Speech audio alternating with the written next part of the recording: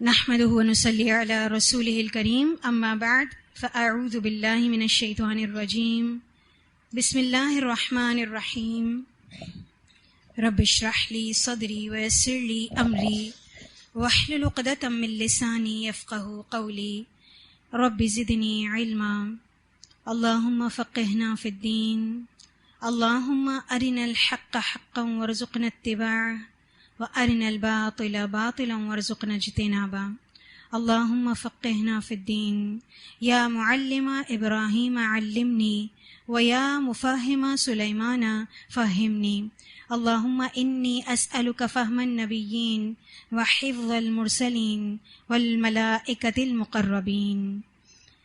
اے اللہ، میں آپ سے سوال کرتی ہوں نبیوں کے فہم کا اور رسولوں کے حفظ کا اور ملائکۃ المقربین کے حافظے کا، الہی آمین۔ ہم اجتہاد پڑھ رہے تھے فقہ اسلامی، اور ہم نے حکم اجتہاد تک پڑھ لیا تھا، جس میں ہم نے اجتہاد کی تعریف دیکھی تھی، اس کی اہمیت، اس کا ثبوت قرآن و حدیث سے۔ اس کے علاوہ میدان اجتہاد ہم نے دیکھا تھا کہ اجتہاد کہاں کہاں ہو سکتا ہے۔ پھر ہم نے آپ صلی اللہ علیہ وسلم نے اجتہاد کیا یا نہیں اور اس کا کیا حکم ہے وہ ہم نے پڑھا تھا، اور اس کے علاوہ حکمت اجتہاد بھی ہم نے پڑھا تھا، اور پھر حکم اجتہاد تک ہماری بات مکمل ہوئی تھی۔ آگے سے انشاءاللہ شروع کریں گے آپ کی کتاب کے صفحہ نمبر 118 اجتہاد اور تفقع میں فرق، کیونکہ اجتہاد بھی ایک سمجھ ہے، ایک نتیجے تک پہنچنا ہے، تو پھر اس میں اور تفقع میں کیا فرق ہے اس کو دیکھیں گے۔ صحیح بخاری میں یہ حدیث ہے، من یرید اللہ بہ خیرا یفقہہ فی الدین، اللہ تعالیٰ جس سے بھلائی کا ارادہ فرماتے ہیں اسے دین میں فقیہ بنا دیتے ہیں۔ شیخ الاسلام امام ابن تیمیہ رحمہ اللہ اس حدیث کے بارے میں فرماتے ہیں، یہ حدیث ثابت کرتی ہے کہ آپ صلی اللہ علیہ وسلم نے یہ چاہا کہ جو دین میں تفقہ حاصل نہیں کرے گا اللہ اس کے ساتھ بھلائی کا ارادہ نہیں رکھتا۔ یعنی اس حدیث کا بیسیکلی مطلب کیا ہے کہ جس کے ساتھ اللہ تعالیٰ بھلائی کا ارادہ کرتا ہے اسے دین کی سمجھ دے دیتا ہے، تو جو دین کی سمجھ حاصل کرنا ہی نہیں چاہے گا تو اللہ تعالیٰ اس کے ساتھ بھلائی کا ارادہ کرتا ہی نہیں۔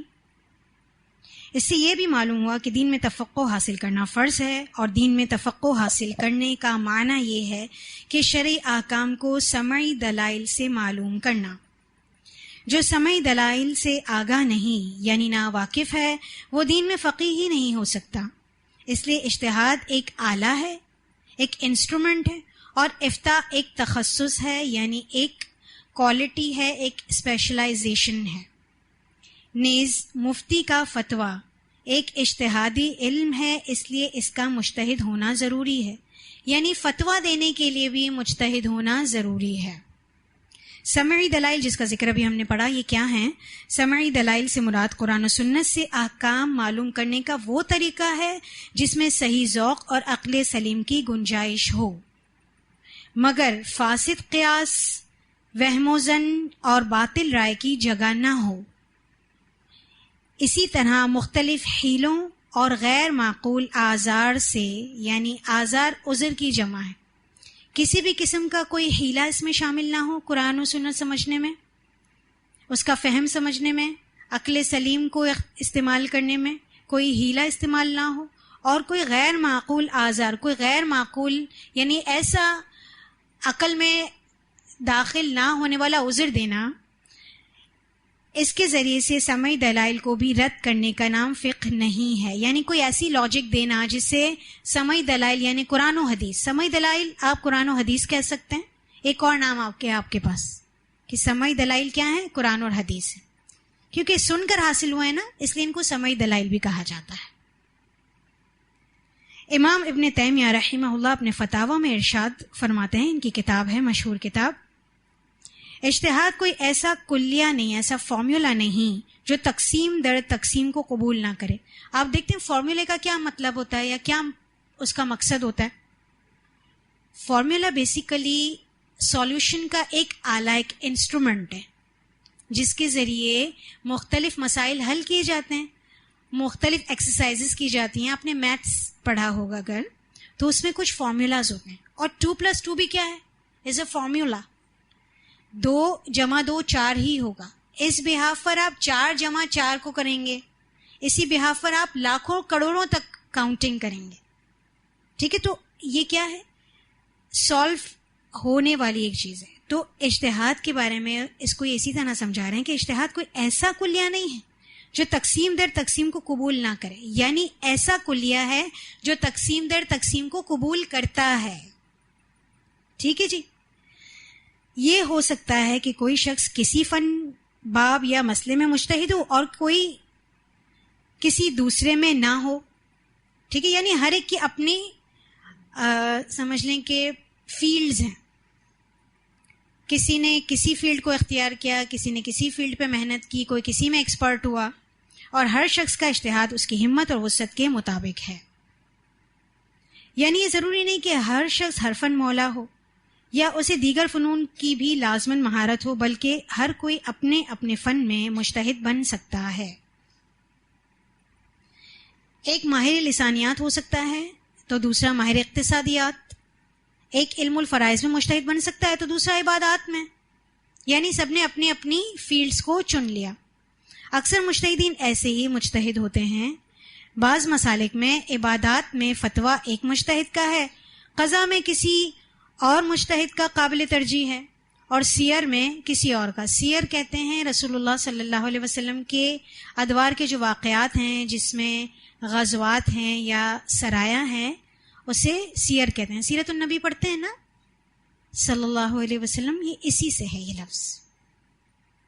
بہرحال مجتہد کے لیے اتنا جاننا ضروری ہے کہ جس فن, جس باب اور جس مسئلے میں وہ اجتہاد کرنا چاہتا ہے, اس فن, باب اور مسئلے میں اس کے سامنے سمعی دلائل کون سے ہیں, یعنی قرآن و سنت کے دلائل کون سے ہیں. ایک مسئلہ جب اس کے سامنے آیا ہے تو اس کے سامنے اس فیلڈ کے اعتبار سے, یعنی اگر اس کے سامنے کوئی سوشل ایشو آیا ہے تو سوشل ایشوز کے متعلق جتنی بھی قرآن و حدیث میں دلائل ملتے ہیں اس کا اس کو پتا ہو. کوئی اقتصادی یعنی اکانومی ایشو آیا ہے, مالیاتی ادارے سے اس کو کوئی سوال آیا ہے, کوئی نیا ایشو آیا ہے, تو اس کو کیا پتا ہونا چاہیے؟ اس کی جتنی بھی آیات اور احادیث اس کے بارے میں اس کو پتا ہونا چاہیے. جیسے آپ دیکھتے ہیں کہ میٹریکولیشن تک سب کی تعلیم سیم ہوتی ہے, پھر انٹر تک تھوڑی چینج ہونا شروع ہو جاتی ہے, پھر باقاعدہ فیلڈز ڈسٹریبیوٹ ہو جاتی ہیں. اگر آپ بیچلرز کرنا چاہتے ہیں تو آپ کو میٹریکولیشن اور انٹر کرنا لازمی ہے, کمپلسری ہے, یہ بنیادی تعلیم ہے. پھر آپ دیکھتے ہیں کچھ ماسٹرز کرتے ہیں, کوئی میتھس میں ماسٹرز ہوتا ہے, کوئی انگلش میں ماسٹر کرتا ہے, تو کیا ہوتا ہے وہ فیلڈ اپنے لیے چوز کرتے ہیں. تو جب وہ فیلڈ چوز کرتے ہیں اس کے بعد وہ اس چیز میں مہارت حاصل کرتے ہیں, اس کے متخصص ہو جاتے ہیں, اس کے ایکسپرٹ ہو جاتے ہیں. پھر کوئی ڈبل ایم اے کرتا ہے, یعنی کسی اور سبجیکٹ میں بھی کرتا ہے, تو اس کا انٹرسٹ ایک کے علاوہ کسی اور میں بھی ہوتا ہے. اس کے علاوہ اب آپ دیکھتے ہیں پہلے تو ماسٹرز تک تھا, اب کچھ ڈگریز بھی ہو گئی ہیں کہ اس کو اور مزید کیٹیگرائز کیا گیا اور مزید اور فیلڈز نکلی. جیسے اکاؤنٹ کی فیلڈ بالکل ڈفرینٹ ہو گئی, ایم کیٹ بالکل ڈفرینٹ ہو گیا. اس کے علاوہ اے لیولز, او لیولز ہیں, ان کی اسٹڈیز اور ڈفرینٹ ہو جاتی ہیں. تو یہ ڈفرینٹ کیا گیا اور علم کو مزید ترقی ملی نا, تو وہ اسپیشلائزیشن ہوتی گئی. تو پھر جس کا جس فیلڈ میں کام ہوتا ہے اس کو ہی اپوائنٹ کیا جاتا ہے نا, جہاں اس کی مہارت کی ضرورت ہوتی ہے وہیں پر جا کر اپنی سی وی جمع کرتا ہے, اپنی اہلیت و قابلیت کا سرٹیفکیٹ کہ میں اپنے اندر یہ صلاحیت رکھتا ہوں. منازل طے کرتا جاتا ہے انسان. تو اپنی فیلڈز کو وہ جب ڈائریکشن دیتا ہے تو یہی چیز دین میں بھی ہے. پھر اس کے بعد وہ جب اجتہاد کرتا ہے, کسی نتیجے پر پہنچتا ہے, تب اس کا وہ ایکوریٹ اجتہاد ہوتا ہے, کیونکہ ایک مجتہد کا اجتہاد امت کے لیے اس کے عمل سے تعلق رکھتا ہے. یہ کوئی چھوٹی چیز نہیں ہے, اس لیے اس کا ایکسپرٹ ہونا بہت ضروری ہے. اجتہاد کی اقسام پڑھیں گے. اس کی 2 قسمیں ہیں, عام اجتہاد اور خاص اجتہاد. عام اجتہاد سے مراد وہ اجتہاد ہے جو احوال ظاہری سے تعلق رکھتا ہو, یعنی ظاہری حالات کو دیکھ کر ایک مجتہد اجتہاد کر لے. اور دوسری اس کی قسم خاص اجتہاد سے مراد وہ اجتہاد ہے جس کا تعلق احوال باطنی سے ہو, یعنی وہ حالات جو اوپری سطح یعنی فیس ویلیو پر دکھائی نہ دیتی ہوں مگر وہ گہری سطح یعنی انڈر کرنٹ میں موجود ہوں. پہلے کا تعلق بصارت سے ہے, یعنی جو احوال ظاہری سے ایک مجتہد اجتہاد کر لیتا ہے اس کا تعلق کس سے ہے؟ بصارت سے ہے. اور دوسرے کا تعلق بصیرت سے ہے, مثلاً صلح حدیبیہ کے وقت جو بظاہر حالات تھے وہ تمام تر اہل اسلام کے خلاف تھے. آپ کو یاد ہے نا صلح حدیبیہ جس پر کوئی بھی راضی نہیں تھا. 1400 مسلمان کہنا سننا اس کو سمجھنا ایک بہت بڑی تعداد ہوتی ہے. سب کے سب اس بات پر متفق تھے کہ اس معاہدے پر سگنیچر نہ ہو. آپ صلی اللہ علیہ وسلم اس معاہدے کو قبول نہ کریں. آپ تنہا کھڑے تھے اور آپ کے ساتھ آپ کی زوجہ محترمہ انتہائی ذہین و فتین خاتون ام سلمہ. وہ تمام تر خلاف تھے کیونکہ 10 سالہ جنگ نہ کرنے کا معاہدہ مخالفین کی یک طرفہ شرطوں کو مان کر کیا جا رہا تھا. صلح کے ظاہری پہلو کی بنا پر اسے قبول کرنا صحابہ کے لیے سخت گراں تھا، حتیٰ کہ عمر فاروق رضی اللہ عنہ نے اس معاہدے کو دنیہ قرار دیا. دنیہ کہتے ہیں ذلت والا معاہدہ، یعنی اس میں تو ہماری مسلمانوں کی ذلت ہو رہی ہے. قرآن کی آیت نے اس معاملے پر تبصرہ کر کے حقیقت کو یوں واضح کیا، فَعَلِمَ مَا لَمْ تَعْلَمُوا، پس اللہ نے جانا جو تم نے نہ جانا. اچھا، یہاں ماں خاص معنی میں ہے. ماں اور من کے بارے میں آپ یہ اپنے مائنڈ کو پریپئر رکھیں ہمیشہ کے لیے کہ ماں اور من خاص معنی بھی دیتا ہے اور عام معنی بھی دیتا ہے. اب یہاں کیا معنی دے گا؟ فَعَلِمَ مَا لَمْ تَعْلَمُوا، یہ جو کون سا ہے؟ یہ خاص معنی دے رہا ہے. یہ وہ علم ہے، یہ وہ باطنی علم ہے جو صرف اللہ کو پتا ہے.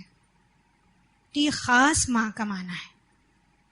فَعَلِمَ مَا لَمْ تَعْلَمُوا، پس اللہ نے جانا جو تم نے نہ جانا، جس کا مطلب ہے کہ تم صرف دکھائی دینے والی باتوں کو جانتے تھے، مگر اسی کے ساتھ کچھ بظاہر نہ دکھائی دینے والی باتیں بھی وہاں موجود تھی، اور اللہ کی رہنمائی سے رسول صلی اللہ علیہ وسلم نے ان بظاہر نہ دکھائی دینے والی باتوں کی بنیاد پر صلح کا یہ معاہدہ کر لیا. چنانچہ 2 سال سے بھی کم مدت میں اہل اسلام کی تعداد 1,500 سے بڑھ کر 10,000 تک پہنچ گئی. یہ تھی بصیرت، جو کہ بصارت سے دکھائی نہیں دے رہی تھی. اجتہاد کی یہ 2 قسمیں بھی ہیں، انفرادی اجتہاد اور اجتماعی اجتہاد. زمانہ سابق میں یعنی گزشتہ زمانے میں مجتہد اپنے تمام تر وسائل ریسورسز کے باوجود کسی بھی مسئلے میں اجتہاد انفرادی طور پر کرتا تھا، کیونکہ اس کے پاس وسائل محدود تھے، جس میں دیگر مجتہدین کی شرکت ناممکن ہوتی تھی، کیونکہ کچھ مختلف ممالک میں بھی رہتے تھے، کچھ مختلف شہروں میں بھی رہتے تھے، تو ان کا آپس میں پیغام رسانی یا بات کرنا ایک جگہ سے دوسری جگہ پر اتنا آسان نہ تھا جتنا فی زمانہ ہے. ایک فرد کا اجتہاد مقامی سطح پر یا جہاں تک اس کے شاگردوں اور اتباع یعنی فالوورز کا اثر و رسوخ ہوتا تو پہنچ جاتا. یعنی ایک مجتہد کی رائے یا اس کا اجتہاد کہاں تک پہنچتا؟ جہاں تک اس کے شاگرد پہنچے ہیں یا جہاں تک اس کے اتباع یعنی فالوورز پہنچے ہیں. اس لیے اس زمانے میں دیگر مجتہدین کی موجودگی انہیں ایک جگہ اکٹھا نہ کر سکی. یعنی اس وقت جو اجتہاد ہوا، تمام مجتہدین کی موجودگی ایک جگہ پر ہونا ممکن نہ تھی، تاکہ باہمی نقاش سے کوئی متفقہ رائے بن پاتی. ایسے اجتہاد کو انفرادی اجتہاد کا درجہ حاصل ہے، مگر اس کی آج ضرورت نہیں. کیوں؟ یہ دوسری قسم پڑھیں گے تو اس کی آپ کو وضاحت ہوگی. اجتماعی اجتہاد جو دنیا بھر میں پھیلے مختلف علماء اور فضلاء، علماء عالم کی جمع، فضلاء فاضل کی جمع، کہ اجتہادی آراء سے مستفید ہونے کا نام ہے. یعنی بہت سارے عالم ہوں، بہت سارے فاضل قابل لوگ ہوں، ان کی آراء سے مستفید ہونے کا نام اجتماعی اجتہاد کہلاتا ہے. موجودہ دور میں جدید آلات و وسائل اس میں بڑے معاون ہیں. آپ اسکائپ کے ذریعے ایک دوسرے سے بات کر سکتے ہیں، واٹس ایپ کے ذریعے ایک دوسرے سے ویڈیو کال کر سکتے ہیں، فون کال کر سکتے ہیں. بہت سارے ایسے سوشل میڈیا لوگوں کے مسائل پبلکلی حل ہو سکتے ہیں، اور آپس میں علماء کا بھی گیدر ہونا آسان ہے. یہاں استدلال اور نقاش یعنی آرگیومنٹس کی بڑی گنجائش ہے. استدلال دلائل کو کہتے ہیں، نقاش آرگیومنٹس کو کہتے ہیں، کیونکہ دلائل کے بعد کیا ہوتے ہیں؟ آپس میں آرگیومنٹس کرتے ہیں علماء، یا جس نے کویشچن پوچھا ہوتا ہے تو وہ آرگیومنٹس کرتا ہے، تو اس کی بڑی گنجائش ہوتی ہے. اور افہام و تفہیم کی بھی، اور آپس میں مل بیٹھ کر متفقہ رائے قائم کرنا بھی ممکن ہوتا ہے. اس لیے عصر حاضر یعنی کرنٹ جو بھی زمانہ چل رہا ہے، موجودہ دور میں انفرادی اجتہاد کے بجائے اجتماعی اجتہاد کی ضرورت و اہمیت ہے. اس کے بعد ہم اجتہاد اور مجتہد کی شرائط پڑھیں گے. شاہ ولی اللہ محدث دہلوی نے عقد الجید، عقد کہتے ہیں ہار کو یعنی نیکلس کو، اور جید کہتے ہیں گردن کو. تو یہ کیا معنی ہو گیا عقد الجید کا؟ گردن کا ہار. شاہ ولی اللہ محدث دہلوی نے عقد الجید میں اجتہاد اور مجتہد کے مسئلے پر گفتگو کرتے ہوئے لکھا ہے کہ مجتہد میں 5 قسم کے علوم کا ہونا ضروری ہے.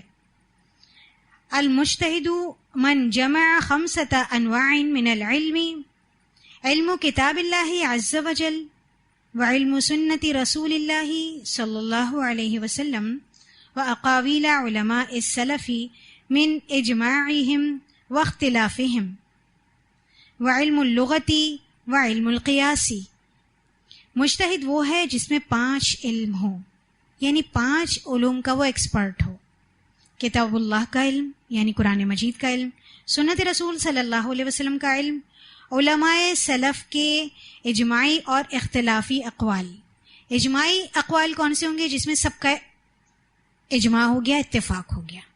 اختلافی اقوال کون سے ہوں گے؟ جس میں اختلاف ہو گیا علماء کا، تو اس کا بھی اسے علم ہو کہ کس میں آپس میں علماء کا، ائمہ کرام کا اختلاف ہوا ہے. اور چوتھا لغت کا علم، اور 5واں قیاس و استنباط کا علم. تو جو پہلے میں آپ سے بات کر رہی تھی نا کہ لغت کا علم ہونا بہت ضروری ہے، کیونکہ اصلی ماخذ جو ہمارے پاس موجود ہیں وہ عربی زبان میں ہیں، اس لیے اس کے پاس لغت کا علم ہونا بہت ضروری ہے، اور قیاس و استنباط کا علم بھی ہونا ضروری ہے. اچھا یہاں اجماع کی بات نہیں آئی، کیوں؟ جب سلف کے اجماعی اور اختلافی اقوال کی بات آ گئی تو وہاں اجماع آ گیا، اس لیے یہاں پر ڈائریکٹ قیاس کی بات کی گئی. تو یہ ماخذ ترتیب اور اس میں شامل ہو گئے ہیں. اس تعریف کی مزید تفصیل کے لیے اگر اس کو اور مزید واضح کریں کہ جو شخص اجتہاد کا راستہ اپنانا چاہتا ہے وہ یہ یاد رکھے کہ اجتہاد چونکہ فہم و فراست اور ذہانت کے استعمال کا نام ہے اور اس میں غلطی کا امکان بھی ہے، اس لیے اس کے لیے ضروری ہے کہ وہ نیک نیت ہو اور صحیح عقیدے والا بھی ہو. اللہ اور اس کے رسول صلی اللہ علیہ وسلم کے علاوہ کسی شخصیت یا گروہ کے تعصب میں مبتلا نہ ہو، یعنی کسی فرقے کو، کسی عالم کے تعصب کو ذہن میں نہ رکھتا ہو. ایسی ساری چیزوں سے وہ پاک ہو اور اس کا عقیدہ بھی صحیح ہو، یعنی کسی قسم کے شرک بدعت کا وہ شکار نہ ہو. وہ اپنے اجتہاد کی ذمہ داری خود قبول کرے، اپنے اجتہاد کو اللہ اور اس کے رسول کی طرف منسوب نہ کرے. یعنی یہ نہ کہے کہ یہ ٹیکسٹ ہے قرآن پاک کا یا قرآن و حدیث سے یہ دلائل ملتے ہیں، نہیں، وہ یہ قبول کرے کہ اس نے اجتہاد کیا ہے. اس لیے کہ اللہ اور اس کے رسول صلی اللہ علیہ وسلم کی طرف غلط بات منسوب کرنا شرعاً حرام ہے. یہ قطعاً جائز نہ ہوگا کہ اجتہاد مجتہد کا ہو اور اسے اللہ اور اس کے رسول صلی اللہ علیہ وسلم کا حکم قرار دے دیا جائے. ایسا کہنا گویا خود کو معصوم کہلوانا ہے. قرآن و حدیث کے مطالعے سے پتہ چلتا ہے کہ انبیاء کرام جیسی برگزیدہ ہستیاں بھی کئی بار اجتہادی خطا سے دوچار ہوئیں. اللہ چاہتا تو ان سے یہ خطا نہ ہوتی، مگر اللہ تعالیٰ نے از خود یہ غلطی کروائی تاکہ دنیا یہ سمجھ لے کہ نبی بشر ہوتا ہے، کوئی مافوق الفطرت مخلوق نہیں ہوتا. مافوق الفطرت مطلب فطرت سے اٹھ کر بلند کوئی چیز، الگ کوئی چیز نہیں ہوتا ہے، اور نہ ہی خدائی اختیارات رکھتا ہے. یعنی جو پاورز اللہ کے ہیں وہ پاورز انبیاء کے پاس نہیں ہیں. اور دوسرا یہ کہ نبی سے اجتہادی غلطی ہو سکتی ہے تو امتی سے تو بالاولا خطا کی گنجائش نکلتی ہے. یعنی اگر کسی مجتہد سے کوئی غلطی ہو گئی تو اس پر الزام تراشی نہیں کرنی چاہیے، اس کے علم پر تان و تشنیع نہیں کرنی چاہیے. خطا ہو گئی کوئی بات نہیں، خطا اللہ تعالیٰ نے اپنے انبیاء سے بھی کروائی تاکہ ان کا جو اسٹیٹس ہے وہ امتیں جان سکیں، اسی طرح ان کا بھی جو اسٹیٹس ہے وہ عوام جان سکے. جب نبی کی خطا اللہ تعالیٰ کی بات نہیں تو غیر نبی کی اجتہادی خطا کو اللہ کی بات کہنا بالاولا حرام ہے. یعنی اگر کسی نبی سے کوئی اجتہاد غلط ہو گیا تو وہ شریعت کا حصہ نہیں بنانا، اس کے بجائے جب اصلاح ہو گئی اور جو بات وحی کے مطابق قائم رہنی چاہیے تھی، شریعت کا حصہ بننی چاہیے تھی، وہ شریعت کا حصہ ہے تو نبی کی بات اس وقت اجتہاد نہیں تھی، تو ایک مجتہد کی بات جو قرآن و حدیث میں نہیں ہے وہ کیسے دلیل بن سکتی ہے؟ نہیں بن سکتی نا. یہاں یہ کلیئر کیا جا رہا ہے. اب ہم دیکھتے ہیں کہ نبیوں سے جو خطا ہوئی ہمارے قرآن پاک میں موجود ہے. سیدنا نوح علیہ السلام نے اہل سے مراد نسبی اہل سمجھا، تو ان کی خطا پر اللہ نے مطلع کیا اور فرمایا انی اعوذک ان تکون من الجاہلین، یہ باتیں نادانوں کی سی ہیں، دوبارہ مت کیجیے گا. جب طوفان نوح آنے والا تھا تو اللہ تعالیٰ نے ان سے کیا کہا تھا کہ آپ کے اہل کو ہم بچا لیں گے. تو جب ان کا بیٹا ان کے ساتھ نہیں شامل ہوا، وہ اپنے بیٹے کو بلاتے رہے اور وہ نہیں آیا، تو حضرت نوح نے اللہ سے کیا کہا؟ میرا بیٹا تو میرے اہل میں، اللہ تعالیٰ آپ نے تو وعدہ کیا تھا کہ آپ تو میرے اہل کو بچا لیں گے. تو اس وقت ان کا اہل کے معنی کا سمجھنے میں خطا ہوئی تھی. نبی کا اہل کون ہوتا ہے؟ جو اس کا فالوور ہو، اس کا جو مطیع ہو. تو یہاں پر ان سے خطا ہوئی جس کی اللہ تعالیٰ نے اصلاح فرمائی، اور انہوں نے اس خطا کی اللہ سے معافی بھی مانگی اور کوئی بحث نہیں کی. جیسے اللہ تعالیٰ نے کہا فوراً ہی انہوں نے کہا کہ اللہ مجھ سے غلطی ہو گئی اور اس پر معافی چاہی. سیدنا داؤد علیہ السلام کے اس فیصلے پر کہ بچہ بڑی عمر والی خاتون کو دے دیا جائے، جناب سیدنا سلیمان علیہ السلام نے فرمایا کہ یہ بچہ کاٹ کر 2 حصوں میں تقسیم کر دیا جائے اور ہر عورت کو ایک ایک حصہ دے دیا جائے، جس پر بڑی عمر والی عورت بخوشی راضی ہو گئی. مگر چھوٹی عمر والی عورت نے کہا یہ بچہ میرا نہیں ہے، یہ بڑی کا ہے، اسے کاٹو مت بلکہ بڑی کو ہی دے دو. سیدنا سلیمان علیہ السلام نے وہ بچہ چھوٹی کو ہی دے دیا، چونکہ سیدنا داؤد علیہ السلام کے فیصلے کی اساس بڑی عمر والا ہونا تھا جو کہ درست نہیں تھی، اس لیے ان کا اجتہاد درست نہیں تھا، اور فہمناہا سلیمان ہی قابل تسلیم ٹھہرا. دراصل ہوا کیا تھا کہ 2 عورتیں جنگل میں گئی تھی بکریاں چرانے. ان دونوں کا چھوٹے بچے تھے، دودھ پیتے. انہوں نے بچوں کو دودھ پلایا اور وہیں چھوڑا اور اپنے کام کے لیے نکل گئی. جب واپس آئیں تو ایک بچے کو بھیڑیا کھا چکا تھا. اب دونوں عورتیں ایک ہی بچے پر جھگڑنے لگی کہ یہ میرا بچہ ہے، یہ میرا بچہ ہے. اب وہاں کوئی ہاسپٹل کی طرح مختلف پٹیاں تو تھی نہیں کہ بچے رکھے ہوئے ہوں اور ان کے ہاتھوں میں کوئی علامتی نشان ہو اور بچے پہچان لیے جائیں. تو دونوں حضرت داؤد علیہ السلام کے پاس آئیں تو انہوں نے کہا کہ بڑی عمر والی عورت جھوٹ نہیں بول سکتی ہے، تو یہ بچہ اس کا ہوگا. اور کچھ لوگ کہتے ہیں کہ انہوں نے یہ سوچا کہ بڑی عمر والی عورت تو اب دوبارہ ہو سکتا ہے بچہ نہ جن سکے، چھوٹی عمر والی عورت کو اللہ اس کے چھوٹے عمر ہونے کی وجہ سے مزید اور اولاد دے دے گا، تو اس کو بچہ دے دینا چاہیے، اس کا بچہ ہوگا بڑی عمر والی عورت کا. بہرحال انہوں نے بڑی عمر والی عورت سے کہا کہ یہ بچہ تیرا ہے، اس کو دے دیا. اور دونوں عورتیں جب جانے لگیں تو حضرت سلیمان آیا اور ان سے پوچھا معاملہ، تو ان کو دونوں نے یہ بات بتائی. تو انہوں نے کہا کہ میں آپ کا مسئلہ حل کروں. تو ان دونوں نے کہا جی ٹھیک ہے.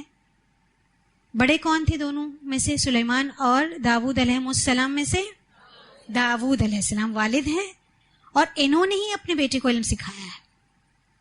تو حضرت سلیمان نے کہا کہ اس بچے کے 2 ٹکڑے کر دینے چاہیے، ایک حصہ بڑی کو دینا چاہیے اور ایک حصہ چھوٹی عمر والی عورت کو دینا چاہیے. تو چھوٹی عمر والی عورت اس نے کہا نہیں یہ بچہ اسی کو دے دو. لیکن بڑی عمر والی عورت نے کوئی اعتراض نہیں کیا کیونکہ اسے پتا تھا کہ یہ بچہ اس کا نہیں ہے. تو جو اعتراض کرنے لگی، جو رونے لگی، جس نے کہا کہ نہیں اس بچے کو نہیں کاٹو، تو حضرت سلیمان سمجھ گئے کہ یہ بچہ اس کا ہے. تو یہاں کیونکہ اللہ تعالیٰ فرماتے ہیں ان کے بارے میں فَهَمْنَاهَا سلیمان، ہم نے سلیمان کو فہم عطا فرمایا تھا. تو یہاں پر اللہ نہ کرے حضرت داؤد علیہ السلام کی کوئی تحقیر نہیں کی جا رہی. اسارہ بدر کے معاملے میں سیدنا ابو بکر کا مشورہ معاف کرنے کا تھا اور سیدنا عمر کا قتل کرنے کا، مگر رسول اللہ صلی اللہ علیہ وسلم نے مشورہ صدیق کو پسند فرما کر ان قیدیوں سے فدیہ لیا اور رہا کر دیا. آیات جو بعد میں اتری ان سے واضح ہوا کہ آپ صلی اللہ علیہ وسلم اور جناب صدیق اکبر کی رائے مبنی بر رضائے الہی نہ تھی. قرآن نے اس کی نشاندہی کر دی. یعنی کس کی رائے کو اللہ تعالیٰ نے زیادہ پسند کیا؟ حضرت عمر کی رائے کو. ٹھیک ہے. اور قرآن میں آیات بھی آ گئیں کہ ما کان لنبی ان یسخن فی الارض، ہے نا، کہ اس کے لیے کوئی قیدی ہو، یہاں تک کہ وہ زمین میں خون بہائے. تو یہ آپ صلی اللہ علیہ وسلم کا بھی فیصلہ تھا اور حضرت ابو بکر صدیق کا بھی تھا. اس کے برعکس رائے حضرت عمر فاروق کی تھی. ان واقعات و اجتہاد سے یہ معلوم ہوا کہ اگر اجتہادی خطا کا ازالہ ممکن ہو تو ازالہ فوری ہونا چاہیے، جیسا کہ سلیمان علیہ السلام نے کیا، فوراً ازالہ کر لیا، یعنی کریکشن کر لی. اور اگر ناممکن ہو تو پھر وہ اجتہاد نافذ العمل رہے گا، جیسے آپ صلی اللہ علیہ وسلم نے کیا تھا، جیسا کہ جنگ بدر کے قیدیوں کے معاملے میں ہوا تھا. اس وقت قیدیوں کو فدیہ لے کر چھوڑ دیا گیا تھا. اور ایک رائے یہ بھی تھی اس وقت کہ ان میں سے جو پڑھا لکھا ہے وہ مدینہ کے مسلمانوں کو لکھنا پڑھنا سکھا دے تو یہ ان کا فدیہ ہو جائے گا. تو اس وقت یہی نافذ العمل تھا. تو اگر اس کی اصلاح کرنا اس وقت، ازالہ کرنا اس وقت ممکن نہ ہو تو وہ اس وقت نافذ العمل ہوگا، لیکن جیسے ہی ازالہ ہو جائے گا تو پھر وہ اس کا نفاذ نہیں ہوگا. عدالت بھی اپنے فیصلے کی اجتہادی غلطی معلوم ہونے پر اپنا فیصلہ واپس لے سکتی ہے.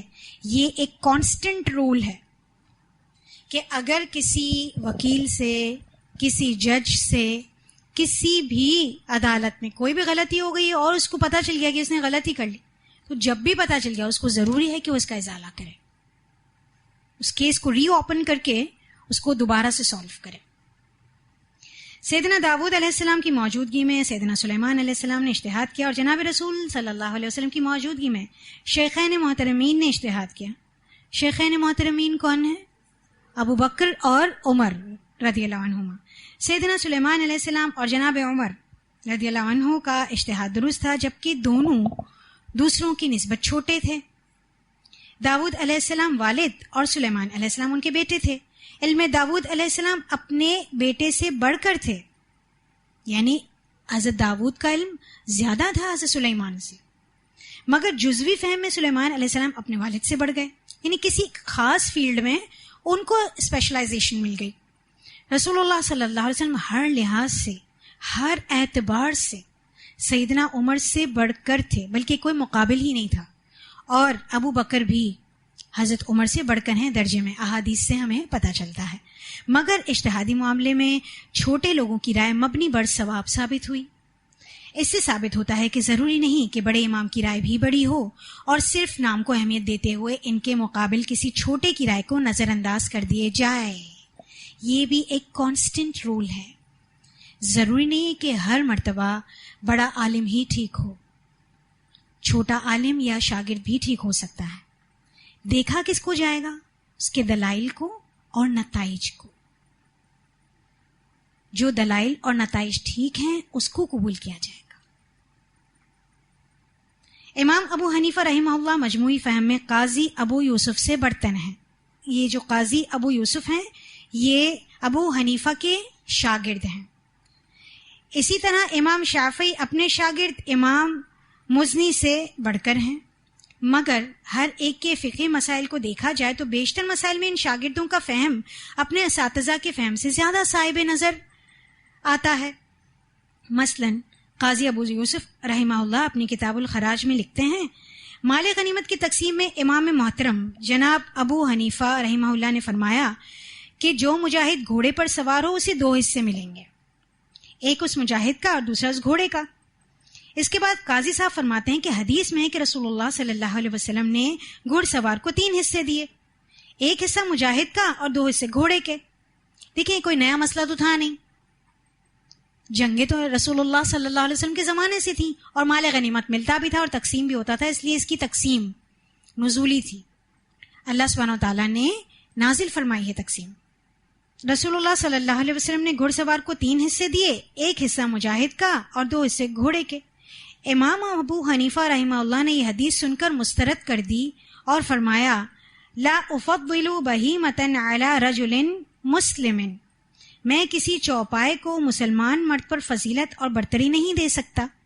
انہوں نے یہ لاجک دی کہ چوپائے کو برتری دے دیں، بہیمہ کو برتری دے دیں، ایک مجاہد پر، یہ میرا ذہن قبول نہیں کرتا. قاضی ابو یوسف لکھتے ہیں جو کہ ان کے شاگرد ہیں، خود ہمارے شیخ محترم نے بھی تو چوپائے اور مجاہد کو برابر کا درجہ دے دیا. امام ابو حنیفہ کیا کہہ رہے ہیں؟ ایک مجاہد کا ہو اور ایک اس کے گھوڑے کا ہو، یعنی اس کو 2 حصے ملے. تو انہوں نے بھی تو کوئی انصاف سے کام نہیں لیا. تو ایسے میں بات کس کی طرف لوٹائی جائے گی؟ وہی جو ایک پرنسپل ہے نا، فقہ کا اصول ہے نا، وہ کیا ہے؟ جب تم تنازع پاؤ کسی امر میں فردوہ الی اللہ والرسول. تو رسول اللہ صلی اللہ علیہ وسلم کی حدیث کیا موجود ہے کہ ایسا مجاہد جو سواری کے ساتھ جنگ کرتا ہے اس کے 3 حصے، اور یہ بھی بتا دیا کہ ایک اس کا ہے، مجاہد کا ہے، اور 2 اس کے گھوڑے کے. کیوں؟ گھوڑے کی خوراک زیادہ ہے انسان کی بنسبت. آج گھوڑے نہیں ہیں، آج مختلف چیزیں، ٹینکرز ہیں اور مختلف ایسی ٹیکنالوجیز. تو اس ٹیکنالوجی پہ زیادہ خرچ آتا ہے یا اس کو ہینڈل کرنے والے کو؟ اس ٹیکنالوجی پہ زیادہ ایکسپینسز آتے ہیں نا. اسی طرح گھوڑا، اس کی خوراک زیادہ ہوا کرتی تھی اس مومن کے مقابلے. اور وہ اس کو خوراک کیوں کھلاتا تھا؟ معاش کے لیے نہیں، کہ وہ جہاد کے لیے کھلاتا تھا. اس لیے اللہ کے رسول صلی اللہ علیہ وسلم نے اس مجاہد گھوڑے کے لیے بھی، جس کی قسم کھائی گئی ہے قرآن پاک میں سورۃ العادیات میں، وہ گھوڑا بھی اللہ کے نزدیک معتبر ہو جاتا ہے جو اللہ کی راہ میں جہاد کے لیے نکلتا ہے. تو بیان ہی امام شافعی نے اپنے شیخ محترم امام مالک رحمہ اللہ کے کئی مسائل کی تغلیط کی ہے، یعنی ان کو غلط ثابت کیا ہے. یہ جزوی فہم کا اختلاف ہے جو فقہی کتب میں جا بجا آیا، یعنی کہیں کہیں جزوی سیکنڈری کچھ چیزیں ہو گئی جس میں یہ اختلاف ہے. اس میں اللہ نہ کرے کسی عالم کی، کسی امام کی تحقیر کرنا نہیں ہے، کسی شاگرد کو اس کے استاد پر مقدم کرنا مقصد نہیں ہے. ٹھیک ہے، صرف بات سمجھائی جا رہی ہے کہ اصل اہمیت کی چیز کیا ہے. کوئی شخصیت نہیں ہے، صرف اور صرف اللہ اور اس کے رسول صلی اللہ علیہ وسلم کی بات ہے، وحی ہے. جس کی بات وحی سے زیادہ ٹچ ہوتی ہے اس کی بات کو لیں گے، جس کی بات انصاف پر بیٹھتی ہے اس کی بات کو لیں گے. اسی لیے فقہ حنفی، شافعی، مالکی، حنبلی اور جعفری کی اسی معنی میں کوئی شرعی حیثیت نہیں کہ وہ عین شریعت ہے. یعنی یہ جو فقہ بن گئی ہیں ساری، اس کی بالکل عین اسی طرح حیثیت نہیں ہے جو قرآن اور حدیث کی ہے، کیونکہ اسلامی شریعت کی یہ خوبی ہے کہ اس میں تضاد نہیں ہو سکتا. اور آپ آگے جا کے پڑھیں گے کہ ایک چیز ایک میں حلال ہے دوسرے میں حرام ہے. تو ایک شریعت میں، ہماری اسلام کی شریعت میں، اسلامی شریعت میں ایک ہی چیز بیک وقت حلال اور حرام نہیں ہو سکتی. تو یہ جو فقہ الگ الگ ڈائریکشن پر چلی گئی ہیں، اس کا درجہ اس شریعت کے مطابق نہیں ہے جو اسلامی شریعت ہے. کیونکہ اسلامی شریعت کی یہ خوبی ہے کہ اس میں تضاد نہیں، جبکہ فقہی اجتہادات میں تضاد نہ صرف قولی ہے بلکہ اصولی بھی ہے. یعنی ان کے اصول بھی الگ الگ ہیں، پرنسپلز بھی، وہ ہم فقہ اربعہ میں پڑھیں گے. ایک چیز اگر فقہ حنفی میں حرام ہے تو وہ فقہ شافعی میں حلال ہے وہی چیز. اگر ان اجتہادات کو شریعت مانا جائے تو خدا نہ خواستہ شریعت میں تضادات شامل ہو جائیں گے، اور شریعت خدا نہ خواستہ تضادات کا مجموعہ ثابت ہو جائے گی، جو کہ بالکل غلط ہے. یہ نام ممکنات میں سے ہے کہ شریعت مطہرہ میں ایک چیز بیک وقت حلال بھی ہو اور حرام بھی ہو، نکاح بھی ہو اور زنا بھی ہو. لہٰذا یہ فقہی مذاہب مختلف آراء کا مجموعہ تو ہیں مگر شریعت نہیں.